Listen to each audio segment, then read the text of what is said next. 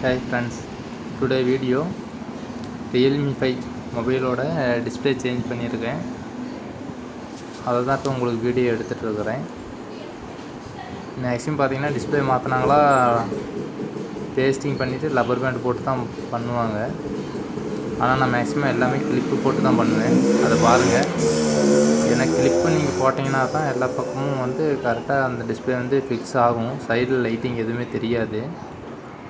Rubber band போட்டோம்னா உங்களுக்கு பார்த்திங்கன்னா லைட்டிங் வந்து நைட் நேரத்தில் பார்க்குறப்போ டோட்டலாகவே அவுட்டரில் தெரியுது.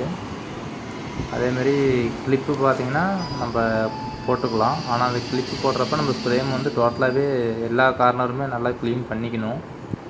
க்ளீன் பண்ணாமல் வந்து நீங்கள் டிஸ்பிளே ஃபிக்ஸ் பண்ணிவிட்டு மேலே கிளிப் போட்டிங்கன்னா டிஸ்பிளே டேமேஜ் ஆகிடும். அதனால் அது மட்டும் கேர்ஃபுல்லாக வந்து பார்த்து போடணுங்க. பாருங்கள், கிட்டத்தட்ட 3 7 8 9 கிளிப்பு போட்டிருப்பேன்.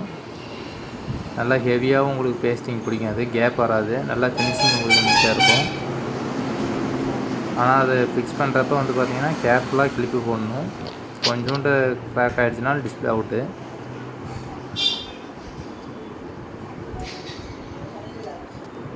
பாருங்கள் நான் எப்படி கிளிப் போட்டிருக்கிறேன்னு, நீட்டாக இருக்கும்.